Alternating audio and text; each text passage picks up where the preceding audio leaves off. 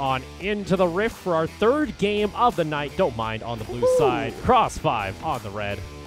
Let's see here. Okay, so we get a check here. That's actually a mana rush coming out from Kyler.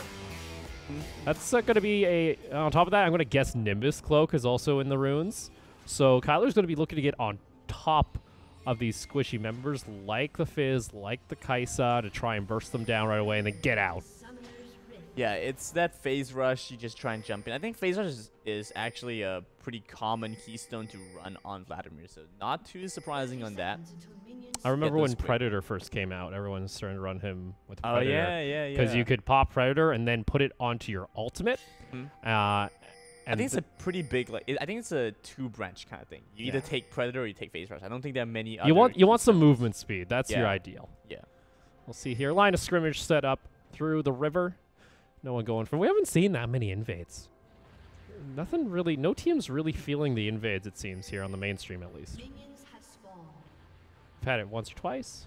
Invades, I guess, work, but they need a lot of execution. Maybe they don't feel as prepared for them, so they might not be looking to go for those. Want to mention as well. 1 CS, easy. 10 gold. 10 gold. Don't mind. Take it lead. Want to mention as well that the way that the game is panning out right now, the couple of the matchups that we're facing, the Ryze versus the Fizz, the Ryze is going to have a lot more tankiness when it comes to having that aftershock. So if the Ryze is able to find the prison early on, Fizz has a very difficult time trying to burst out the Ryze. Up in the top lane, Vladimir has quite a bit of safety against the Irelia as well. So overall, this game is not very easily discernible. Off the first glance, you could say that DM have an advantage, but when you look at as a whole, the composition looks a little bit cleaner from Cross 5. See here, it looked like Trish and the Nautilus were looking for a cheeky little play in bot lane, but waited a little bit too long. There was a leash going on over on the side I don't mind, so they have an idea where this Lee Sin is starting off the jungle path. Maybe see if Kid tries to go for aggressive here. Already getting that level 2. Just going to go ahead and keep farming up, though, with the Blade Surge and just jumping in there really quickly. That's the power of that Blade Surge. If you get all 5 stacks, you chunk with your auto attacks. Dashing around. Standard starts coming in. It's actually opting for a bit more of a bot clear before moving up to the top side. Interesting decision to go for that. Does slow down a little bit towards those Scuttle Crabs. There's quite decent vision going around the rivers. If they want to go for the Scuttle Crabs, it's not too big of an issue. Oh, yeah, this is the mid lane. This is that mid lane. Look at that. Look at that. Look at the Aftershock. Aftershock. Woo! Keeping a decent amount of damage. Yeah, that's kind of what happens when you use that as Fizz. Trying to clear wave, especially against a mage. You're going to get punished for that every time. So, Cal, going to be rethinking that one. Meanwhile, top lane. Hey, nice hook coming in through that bot, but that black shield. Able to prevent the snare from coming on through, but still a decent chunk of damage coming out from Cross 5's bot lane. Nautilus Pink Wolves have a lot they're looking for him to show off at this point. Binding. Wow, good damage. Connects, but oh, that damage! The Acathian Rain not able to do enough. But that's going to force that Ezreal had to back off. They do have teleport available on the side of Hazwa, but not the start they're looking for. Meanwhile, mid lane, though, Cal still going pretty far forward here against Endless. That was a clutch moment. Ezreal doesn't have heal, so if anything happened there, there's going to be first blood. Only one more auto attack would have done it. Cal, though, going to get pushed on in. Starting to lose a bit of the CS. That should be expected for the first bit here if you're not able to get that quick kill. Also, without Ignite, he has really not a whole lot of kill pressure against Endless. Yeah, so Endless is just going to have an easy time in lane. With the teleport, Fizz is going to find himself trying to catch the recall timings to the Ryze, because Fizz doesn't have nearly as much wave clear as the Ryze does. If you try and use your Playful Trickster to clear the wave, you end up in a position where you're going to have to deal with a very powerful Ryze walking up into your face. Kyler just looking to clear out the wave. Still, though, a lot of minions there for Kid to dash in and out with the Blade Surge. Looking to farm up here. Slight little advantage, but that way he's going to push back to Kid, so should be able to keep even. Level 5 is hit. Might decide to go for some play here before the level 6 is available for the Irelia, but a stun. Yeah, Kid should be having an okay time in this lane. Again, I don't think that the Vladimir has too much kill pressure against the Irelia, but I think that the Vladimir should be able to maintain his composure, be able to keep farming in lane despite the pressure that Irelia exudes. This gives a lot more free time to Lee Sin, but that doesn't mean that both jugglers can just not do anything. Ping's coming out here. Elevate is nearby. They might try and collapse here on the badge. Here comes that giant Nautilus coming around the side. Nice binding, though, is able to snare up. Ignite's going to be popped here. That's going to force at least a flash out. Now going to trade on back with the Acathian Raid on the side of Trish. Still not enough there. Playful Trickster coming out from Cal. Gets the electrocute, but guess what? Here comes Karn on that Lee Sin. Doesn't have Dragon Kick, though, available just yet, so won't be able to go for a quick play. Ooh. Difficult situation here to try and jump back onto the rise. Playful Trickster flashes on forward there. Cleanse, though, comes back out. The root's going to land underneath the tower. Elevate taking a lot of damage, but Karn cannot finish off, and the team looks separated. They don't know what they want to do, and that's First Blood going over to Cross 5. That was a bit of a mess there from Don't Mind. How could he miss the Sonic Resonance?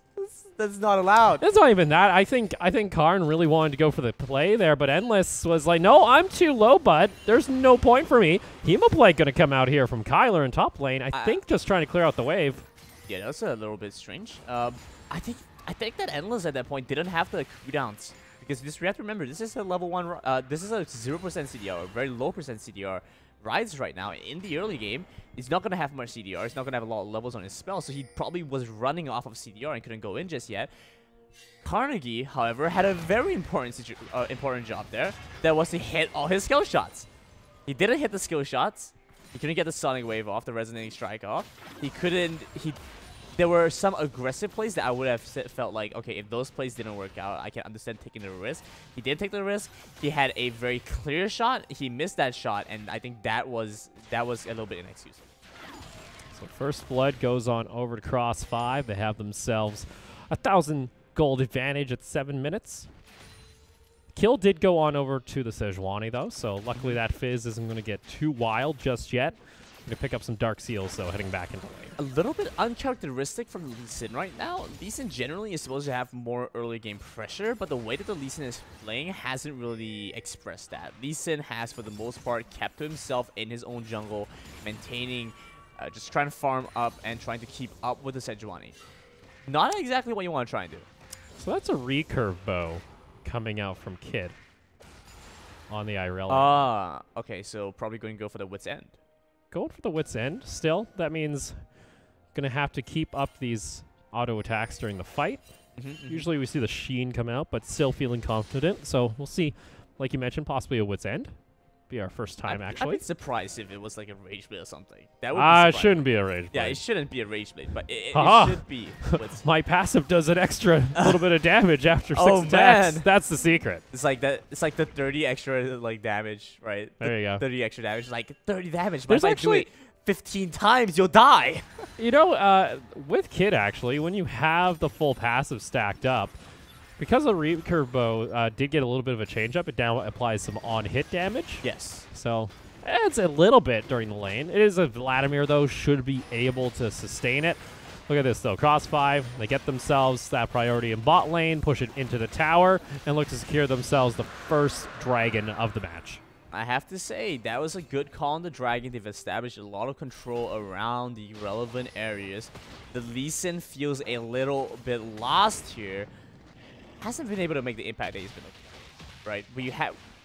With the dragon play, what Cross 5 did was they took vision around these entrance points by the Raptors. They're like, okay, Raptors is down. Means that Lee Sin is either down. Oh, what? Shark is going to connect there. Gets that knock up, and unfortunately he's got nowhere to run. Beautiful pick coming out here from the side of Cross 5. Okay. So they took vision around the Raptors. They were like, Lee Sin can only be, well, is likely to only be over by his Krugs or over by the top side, and then they know that blue buff is probably coming up, so they're like, all right, likely blue buff. So they set up control vision over the dragon and pick it up very easily.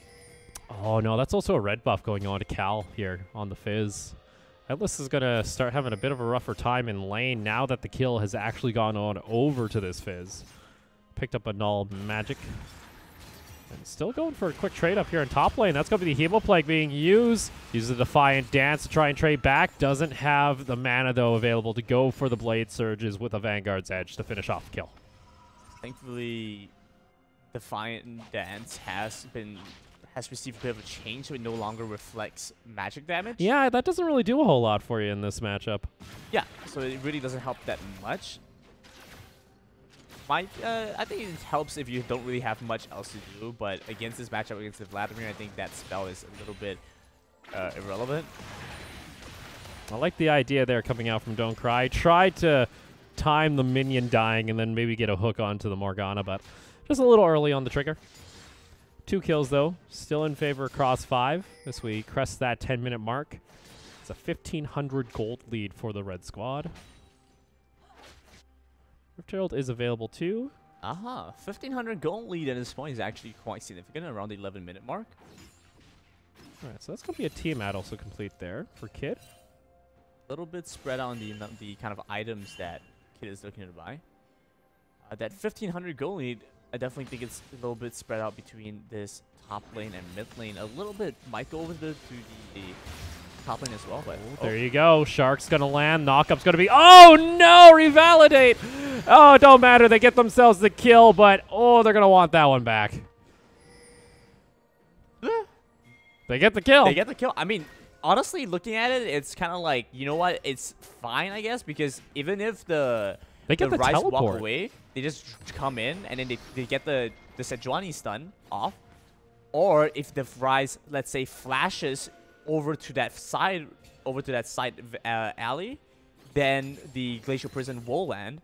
So you're just kind of like, all right, you cover all angles. Oh, nice sidestep coming out there from Kid. Defiant Dance wants to go back on into the Vanguard's Edge. Wants to go for this 2v1. But now the Hemoplague is ticking down. The Q's going to connect, and Kyler going to get the kill.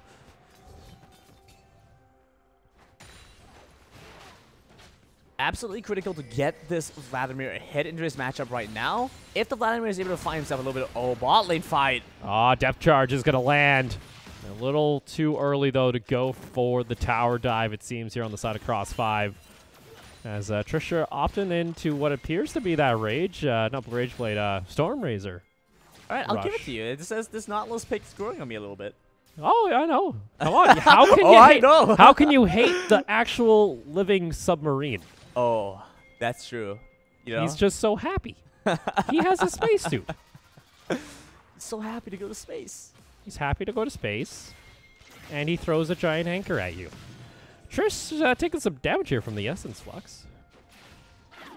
They're still pushing in deep here. They don't have the depth charge available, but hey, if they're able to land the quick Q, that'll be enough. True Shot Barrage, though, comes on back, tries to get in range. Killer Instinct gonna keep Trish alive. Meanwhile, up top lane, though, they go for a dive onto the Irelia, and now the action still taking place here. Cross 5, they're able to find themselves a return kill, and they're looking for more. That Fizz ulti not available, but it don't matter because the Glacial Prison is going to land. Can they finish him off? Oh, he burns out to the Fizz, and that's going to be 2 kills going on to the Fish.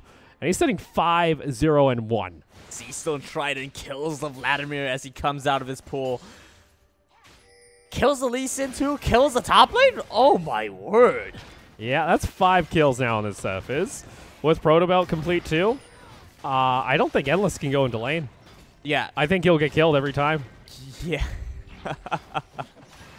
Pretty sure that's actually the case right now. I don't think Aftershock is busted enough to save you from a 5-0 Fizz, who has 10 stacks in his Dark Steel, by the way.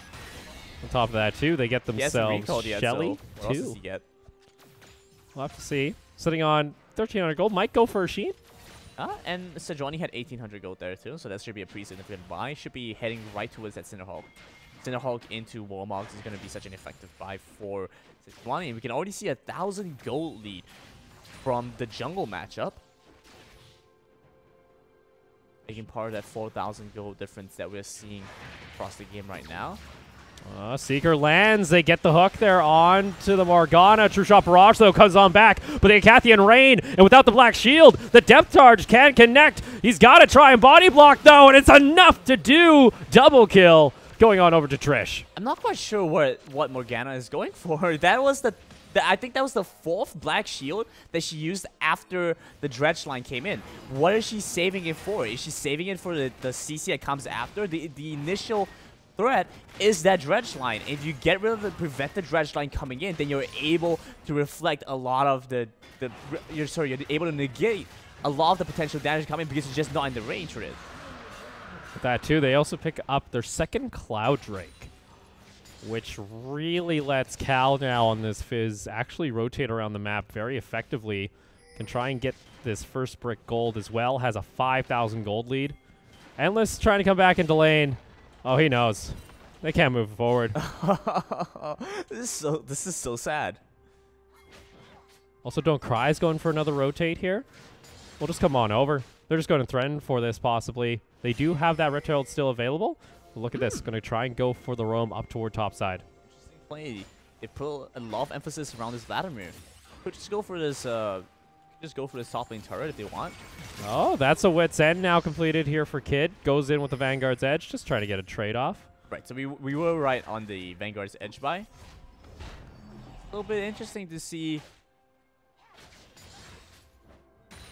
I really like going for the Wit's End into this matchup. I suppose it makes a little bit more sense considering we see the Vladimir and the Ryze come into the game.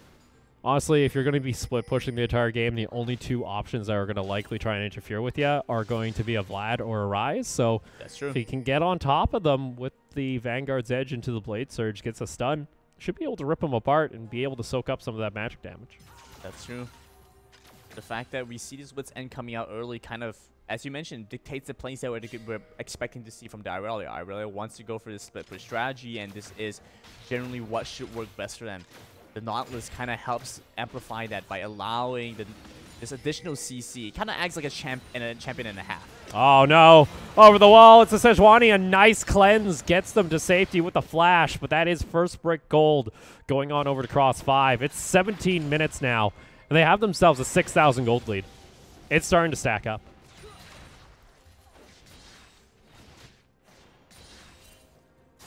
Quite the difference building in from Cross 5. They managed to establish themselves quite far ahead. It's a bit of a problem coming in for Don't Mind. Sejuani has this Rift Herald, which is an easy proc anywhere across the map. They want to be able to use this. They can start pushing in. That's a lot of pressure that Don't Mind have to deal with. They try to deal with the Rift Herald, then the Irelia is able to go anywhere else. In fact, even stay in the lane. They're just going to try and force it down here on the 2nd tier tower. Or at least launch it in to get some damage. Maybe not the best use of Shelly. Gets it over half, though. So, and those outer tier towers don't regen. We got Don't Cry. He's bringing 3 people along for a ride, but those 2 Cloud Drakes with the Mobies, he's got a lot of speed. He's a fast submarine. Yeah. So we might be able to see this tier 2 turret be picked up by Kid later on. It has been taken down to about half health. Dark Binding not going to connect here. Cal is over toward the side. Sejuani is also nearby if they want to go for this. Don't Cry going to show themselves, and now they're going to collapse right on top of him, brings them into the fish. Damage is there, and he just gets deleted off the map. Realm Warp going to come out. It's not even used because they're just going to chase him down. A double kill for Cal. Beautiful catch and collapse onto the members that Don't Mind there. Cross 5 having a very solid game. Fizz at this point, 7-0. Okay. Oh, boy. Oh, all right. Kid can start shredding apart this Vladimir pretty good. Oh, wow. The ultimate from the Vladimir barely did any damage to that really at all. It's also Merc Treads, too, and with the MR steal you get from it, too. You're absolutely right. Impressive game. Okay, so Irelia is at a point where the Vladimir is incapable of dealing with, yeah? Fizz is at a point where basically anybody's incapable of dealing with, yeah? Don't Mind her at a point where they're starting to get really annoyed with this combo in mid. Sejuani just happens to go mid, and it's easy kill after kill. Oh, look at this. They're just going to go ahead and get a Demolish proc on that one, too. Kid also comes on over. Kyler just has to watch this turret go down. Lucin is going to connect here. Nice bit of a flash coming out from Kid. Another Shark is available. Cooldown reduction's already there for the Fizz, too. This is... This is getting very dire here for Don't Mind. They currently sit almost 10,000 gold behind. It's 2-11. You got a Baron coming up in 10 seconds. Another Dragon also as well. Look at those gold leads. That's almost a 4,000 gold lead on the Fizz. He's developing himself quite hard here. I wonder if there's a there's enough reason for a Magi game this time around. Well, let's not get too couple greedy. of the objectives are let's not get, just like say it's just a dip pen. Let's not get too greedy here, granted. A couple of objectives coming up right now. Mountain Drag and Baron have spawned, so that should be a pretty easy transition to the objectives, especially since I think Don't Mind at this point are very afraid to even step up past the inhibitor turret. Might be enough reason for them to go for this Baron, especially since the Mountain Drake kind of helps with them with that cost. 3 stacks secured here for Cross 5. So they make their way on over. Rage Blade also completed for the Kaisa, so they can actually take that Baron pretty fast if they wanted to. Let's see what they can do here on the side of Don't Mind, though. They have a little bit of a breather coming out from Cross 5. No one's really pushing extremely hard. They're just trying to get picks, and as long as they play safe, they won't fall for any traps, but that's 4 members all together, and that could allow pressure to be exerted elsewhere here by Cross 5. Oh my goodness, the Fizz! He's got that stopwatch. Teleport's going to come on in, and now the rest of the team's going to rejoin. Killer Instinct from across the screen as well. Trish joins in. Another teleport also coming in down. They're going to try and trade back the kill. The Vladimir able to wreak havoc on that back line, but is going to get shut down in the end. Sure, you get the Kaisa, but you lose 2 of your members. Kel Make it just 3. can't die. Jumping around, going into the stopwatch. He's just unkillable at this point.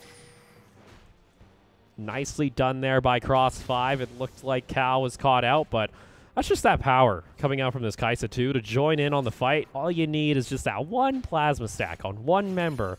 It could just come rushing in. So, not stopwatch. He just has a full-on hourglass at this point. He has 3 items.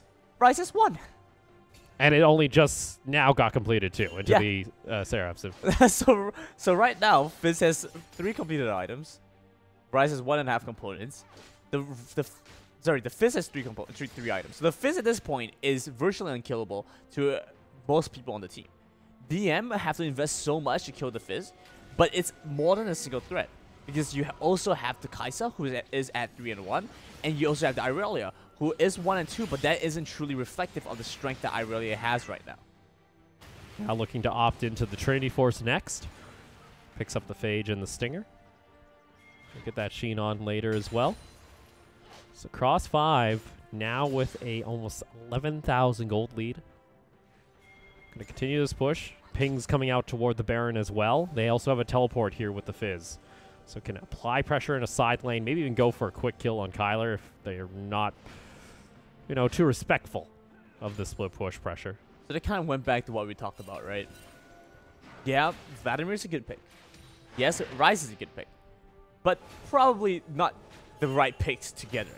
Without any frontline CC, they aren't able to lock down the Fizz, and he's able to just jump around and dive the back line. Well, it's the same thing that we said in Champ Select. What is the front line here for Don't Mind? Exactly. There is none. There isn't. It's a Lee Sin that went full AD, not tank.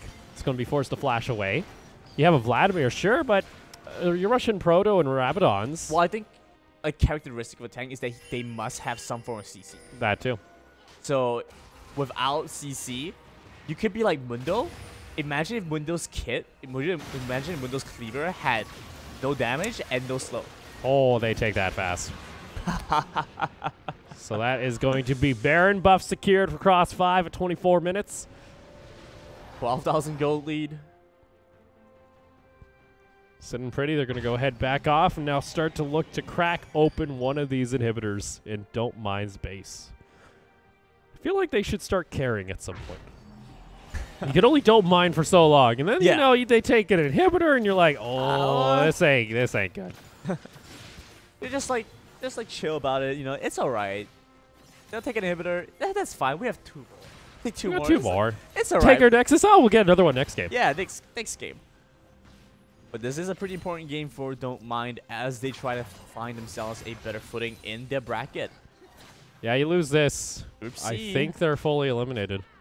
0-4. I don't think there's a way to get back in. No.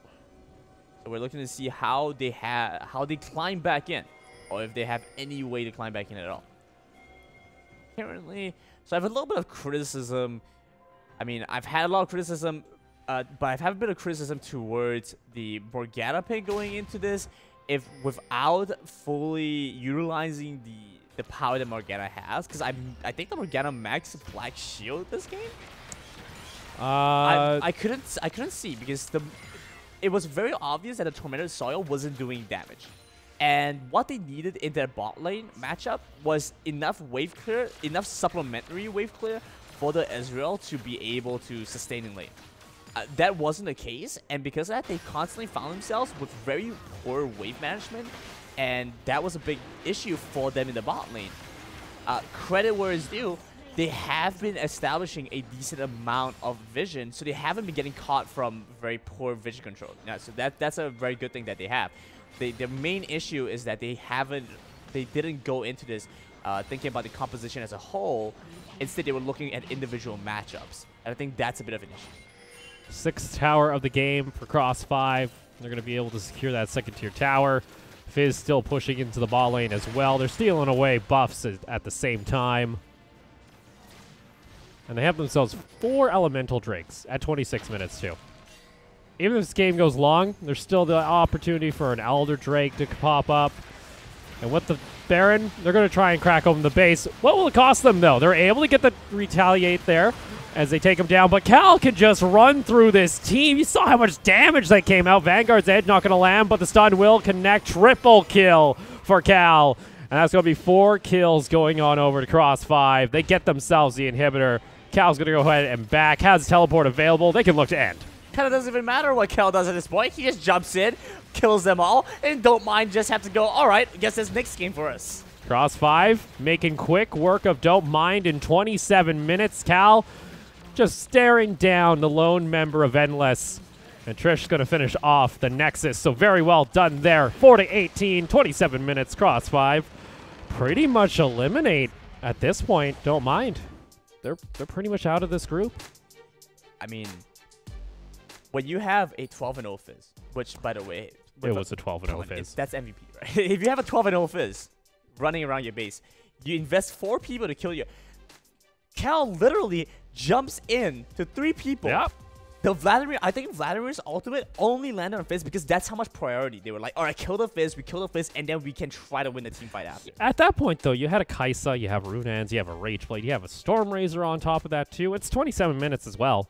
They also had, again, the Ocean Drake. They have all these tools still that, even though the Fizz was 12-0, they were scaling up. The Irelia was a threat. The Kaisa was a threat.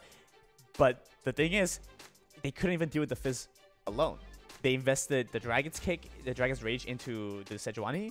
Yeah, is that really the worthwhile target there? You get rid of the tank, sure, but it doesn't matter what tank you're getting because the carries are almost one-shotting you. If you kill a tank, you need a reset. But there's no way to reset because they are already in their base. So it's kind of like, well, I guess now I guess we die. All my big spells are gone. I guess I die.